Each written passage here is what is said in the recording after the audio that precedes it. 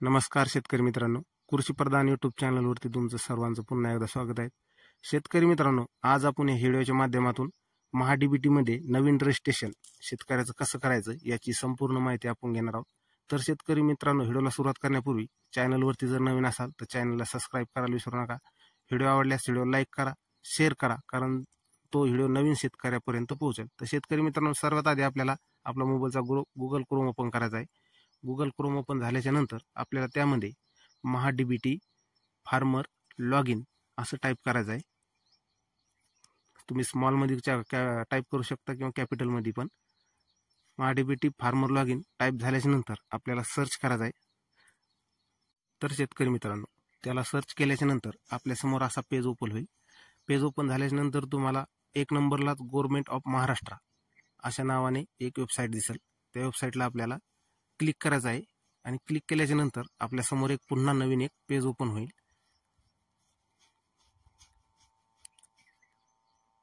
Net थोडा slow चालतोय, बघू शकता तुम्ही. असा एक पेज ओपन झालाय आपल्यासमोर. इथं पाहू शकता आपले सरकार महाडीबीटी असा पेज ओपन झालाय. यामध्ये आपल्याला काय करायचं, याला वरती घ्यायचंय, खाली घ्या. अजून खाली आल्याच्या नंतर यामध्ये आपल्याला नवीन नोंदणी, नवीन अर्जदार नोंदणी असं नाव आपल्याला बघायचंय. इथं बघा तुम्ही, मी क्लिक करून दाखवतो तुम्हाला. यावरती आपल्याला क्लिक करायचं आहे. क्लिक केल्याच्या नंतर पुन्हा आपल्या समोर एक आपले सरकार महाडीबीटी असा पेज ओपन होईल. याला खाली घ्यायचं आहे. खाली आल्याच्या नंतर आपल्याला इथे आपलं अर्जदाराचे नाव, पहिला एक नंबरचा बॉक्स दिसतोय, त्यामध्ये तुमचं जे आधार कार्डवर नाव आहे त्या आधार कार्ड प्रमाणे आपल्याला तिथं आपलं नाव टाकायचं आहे. त्यानंतर वापरकर्त्याचे नाव टाकायचे आपल्याला बॉक्समध्ये. ते वापरकर्त्याचे नाव 4 अक्षरापेक्षा जास्त पाहिजेत. त्यानंतर आपल्याला पुढे पासवर्ड टाकायचा आहे. पासवर्डमध्ये आपल्याला अंक आणि अक्षर म्हणजे ABCD मधले अक्षर पाहिजेत, 8 आकड्यापेक्षा जास्त टाकायचं. आणि इथं पुन्हा टाकायचा आपल्याला पासवर्ड. आपला पुन्हा टाकून झाल्याच्या नंतर खाली या. खाली आल्याच्या नंतर इथं तुम्ही पाहू शकता आपल्यासमोर असा डॅशबोर्ड दिसतोय. तिथं ईमेल ID, आपल्याला ईमेल IDची काही गरज नाही. तुम्ही डायरेक्ट खाली इथं मोबाईल नंबर आपल्याला टाकायचा आहे. आपला मोबाईल नंबर टाका.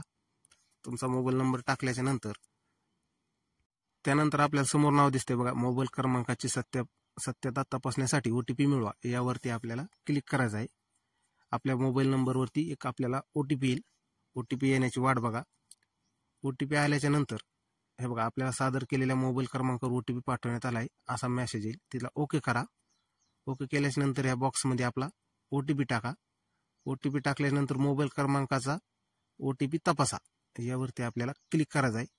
OTP तपासा यावरती क्लिक केल्याच्या नंतर आपल्याला पुन्हा आपल्यासमोर असं दाखवल, मोबाईल नंबर सत्यापन यशस्वीरित्या केले गेलेले आहेत. त्यावर ओके करा. ओके केल्याच्या नंतर OTP टाकून झाल्याच्या नंतर मोबाईल नंबर सत्यापित झाला आपल्याला असं दाखवेल राईट क्लिकमध्ये.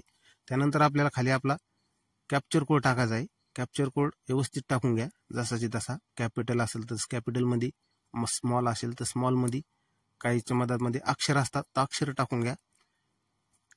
आपला कॅप्चर कोड टाकल्याच्या नंतर खाली आपल्याला एक नाव दिसतंय हिरव्या कलरमध्ये, नोंदणी करा, यावरती आपल्याला क्लिक करायचं आहे. क्लिक केल्याच्या नंतर आपली नोंदणी व्यवस्थित होईल. वापरकर्ता नोंदणी यशस्वीपणे जतन केली यावर आपल्याला असं दाखवेल. त्यानंतर आपल्याला ओके करा यावरती क्लिक करायचं आहे. ओकेवर क्लिक केल्याच्या नंतर वरती बघा सेव्ह पासवर्ड, सेव्ह करायचा असला पासवर्ड सेव्ह करून घ्या. त्यानंतर आपल्यासमोर एक आपले सरकार महाडीबीटीचा असा डॅशबोर्ड ओपन होईल. तिथून आपल्याला यामध्ये बघू शकता तुम्ही एक नंबरला ऑप्शन आहे वापरकर्ता ID. यामध्ये आपल्याला तिथं क्लिक करून आपल्याला आपण जी ID बनवली ती वापरकर्ता, ती ID टाकायची. तुम्ही जो पासवर्ड टाकला होता त्याच्या खाली 2 नंबरच्या बॉक्समध्ये पासवर्ड टाका. पासवर्ड टाकून झाल्याच्या नंतर खाली हात दिसतो तो निळ्या अक्षरातला कॅप्चर कोड इथं टाका. कॅप्चर कोड टाकल्याच्या नंतर लॉग इन करा. तुम्हाला हिरव्या कलरमध्ये नाव दिसतंय बघा खाली, त्यावरती क्लिक करायचं आहे आपल्याला. तुमचा ID काही वेळात लॉग इन होईल. लॉग इन झाल्याच्या नंतर तुमच्यासमोर एक असा डॅशबोर्ड ओपन होईल. यामध्ये तुम्हाला 2 प्रश्न विचारले जातील. एक, होय किंवा नाही, म्हणजे आपण शेतकरी गट FPO संस्था म्हणून नोंदणी करू इच्छिता का. तुम्ही जर शेतकऱ्यांचा गट असेल, त्याची नोंदणी करायची असेल तर होय करा. तुम्हाला स्वतःसाठी रजिस्ट्रेशन करायचं असेल तर त्यावर नाहीवर क्लिक करा. त्यानंतर तुम्हाला तुमचा आधार क्रमांक या बॉक्समध्ये टाकायचा आहे. आधार क्रमांक टाकल्याच्या नंतर आपल्या आधार क्रमांकाला मोबाईल नंबर लिंक असणं गरजेचं आहे. त्यानंतर OTP यावरती क्लिक करायचं आहे. OTPवर क्लिक केल्यानंतर आपल्याला भारत सरकारच्या अटी विचारल्या जातील. त्यानंतर मी सहमत आहे यावरती क्लिक करा. यावरती क्लिक केल्यानंतर OTP पाठवा. खाली आपल्याला हिरव्या कलरमध्ये नाव दिसेल, त्यावरती क्लिक करून घ्या. क्लिक केल्यानंतर युजर ID साठी यशस्वीपणे नोंदणी क्रमांक मोबाईल OTP आलेला आहे.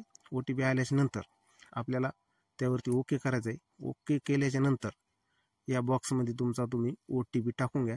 OTP टाकल्यानंतर OTP तपासा हे निळ्या कलरमध्ये अक्षर दिसतंय, त्यावरती क्लिक करायचं आहे आपल्याला.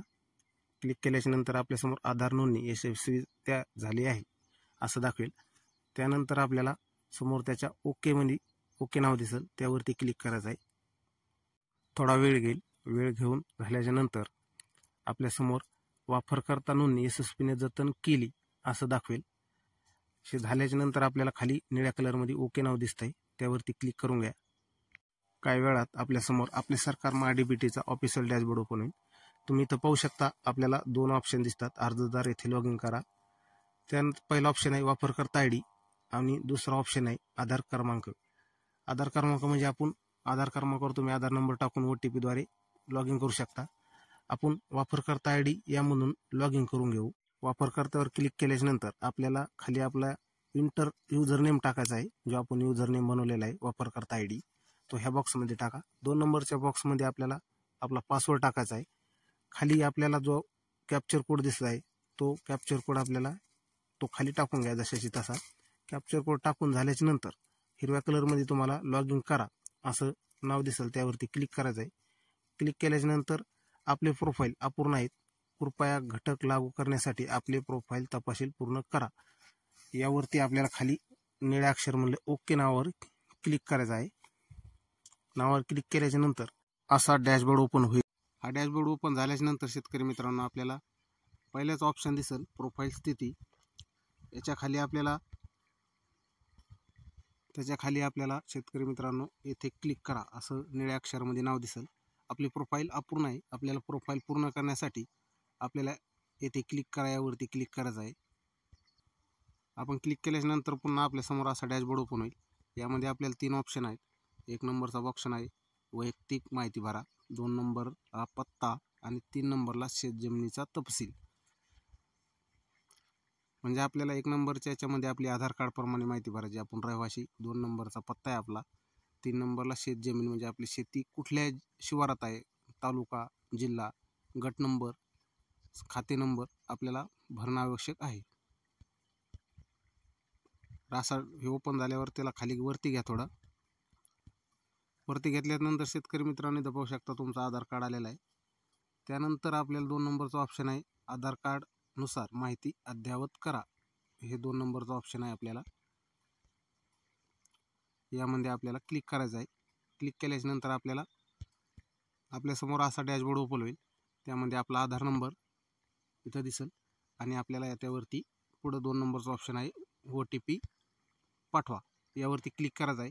म्हणजे जेणेकरून जो आपला आधार कार्डची माहिती एक OTP टाकल्यानंतर पूर्ण आपली डिटेल भरायचं काम आपल्याला नाही. जे आपल्या आधार कार्डवर पत्ता आहे, जन्मतारीख आहे, आपलं रहिवासी कुठला होतं हे ऑटोमॅटिक तिथे येऊन जाईल. तर शेतकरी मित्रांनो OTP पाठवावर क्लिक केल्यानंतर आपल्यासमोर एक असा ऑप्शन येईल UID साठी यशस्वीने नोंदणीकृत मोबाईल नंबरवर आपल्याला OTP पाठवण्यात आलेला आहे. तर यामध्ये आपण इथं ओके करून घ्यायचं आहे. या बॉक्समध्ये आपल्याला आपला OTP टाकायचा आहे. इथं OTP टाकून घ्या तुमचा.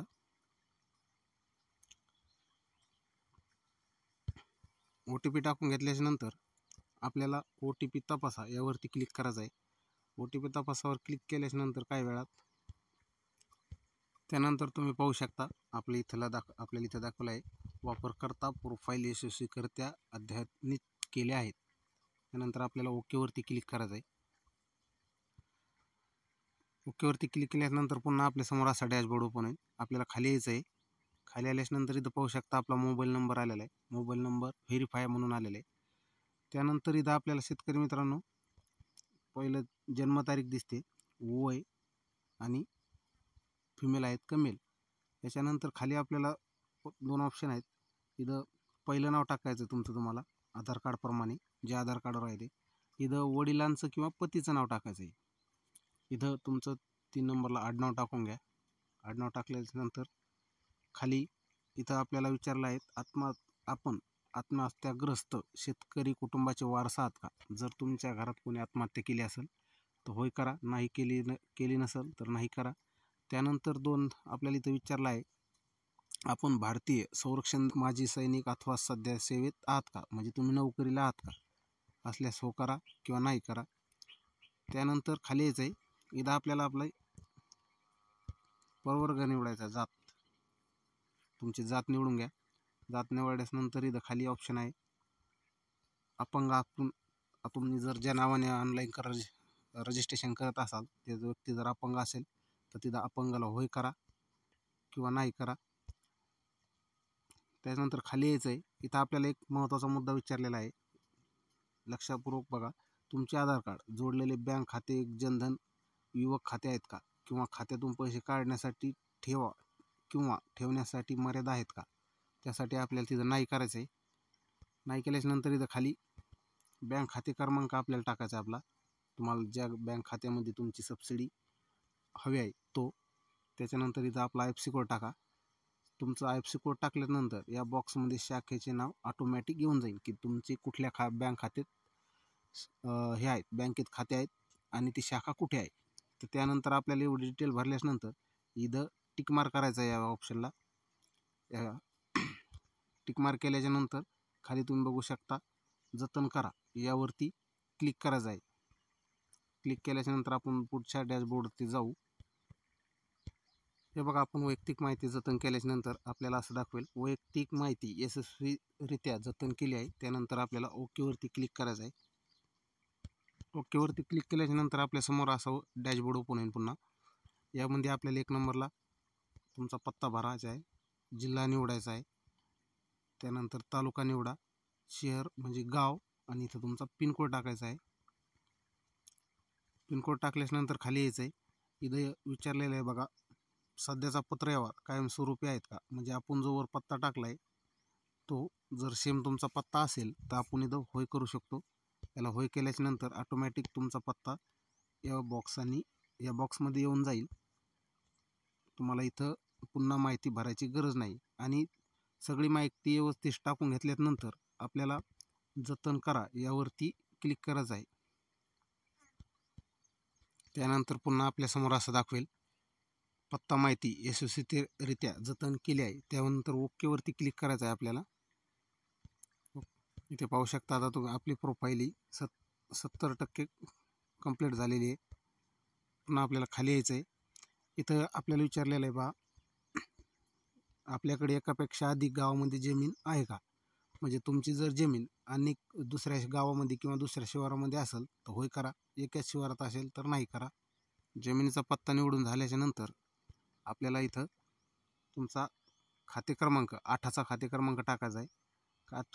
खाते क्रमांक टाकल्यानंतर इथं R म्हणजे जमीन गुंठे आणि इथं हेक्टर R टाकायचे आहे. त्यानंतर इथं खाली आपल्याला विचारलेलं आहे बघा, गट नंबर, जमिनीचा गट नंबर इथं टाकायचा आहे तुम्हाला. जमिनीचा गट नंबर टाकल्यानंतर इथं हेक्टरमध्ये पहिल्या बॉक्समध्ये टाका, दुसऱ्या बॉक्समध्ये R टाका. इथं संयुक्त मालकी हेक्टर म्हणजे तुमचं ऑटोमॅटिक तुम्ही जिथं एवढं क्षेत्र भरलं आहे तेवढं क्षेत्र याच्यामध्ये ॲड होईल. ॲड झाल्याच्यानंतर थोडं खाली यायचं आहे. त्यामध्ये आपल्याला इथं निवडायचं आहे सिंचनाखालील क्षेत्र. जर तुमचं क्षेत्र कोरडवाहू असेल तर इथं कोरडवाहू निवडा. इथं जर सिंचन असेल, विहीर, बोर किंवा असेल तर यामध्ये इथं निवडा. उरलेलं क्षेत्र कोरडवाहू जर असेल तर यामध्ये ऑटोमॅटिक येऊन जाईल. जमिनीचा तपशील भरून झाल्याच्यानंतर आपल्याला जमिनीचा तपशील जतन करा यावरती पुन्हा तुम्हाला क्लिक करायचं आहे. जमिनीचा तपशील भरून झाल्यानंतर ऑटोमॅटिक आपल्यासमोर असा डॅशबोर्ड ओपन होईल. डॅशबोर्ड ओपन झाल्यानंतर आपण इथं पाहू शकतो आपला प्रोफाईल संपूर्णतः म्हणजे सीधं जर 100% जर दाखवला असेल तर समजायचं आपली प्रोफाईल 100% व्यवस्थित भरण्यात आलेला आहे.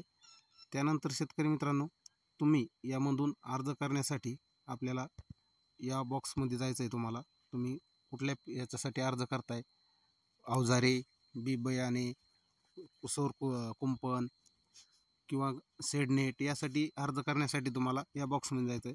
तर शेतकरी मित्रांनो, व्हिडिओ कसा वाटला कमेंटमध्ये नक्की सांगा. व्हिडिओ आवडल्यास लाईक करा, व्हिडिओला शेअर करा आणि चॅनलला सबस्क्राईब करायला विसरू नका. आपण याच्या पुढल्या व्हिडिओमध्ये पाहणार आहेत की अर्ज कशा पद्धतीने करायचा. अर्ज केल्याच्या नंतर तो सिलेक्ट कसा करायचा, सिलेक्ट झाल्यानंतर तो अपलोड कसा करायचा, अपलोड केल्याच्या नंतर त्याचं पेमेंट कसं करायचं, पेमेंट केल्याच्या नंतर त्याची स्टेटस कसा चेक करायचा. तर शेतकरी मित्रांनो, पुन्हा एकदा सांगतोय की चॅनलवरती जर नवीन असाल तर चॅनलला सबस्क्राईब करायला विसरू नका आणि व्हिडिओला शेअर करायला विसरू नका.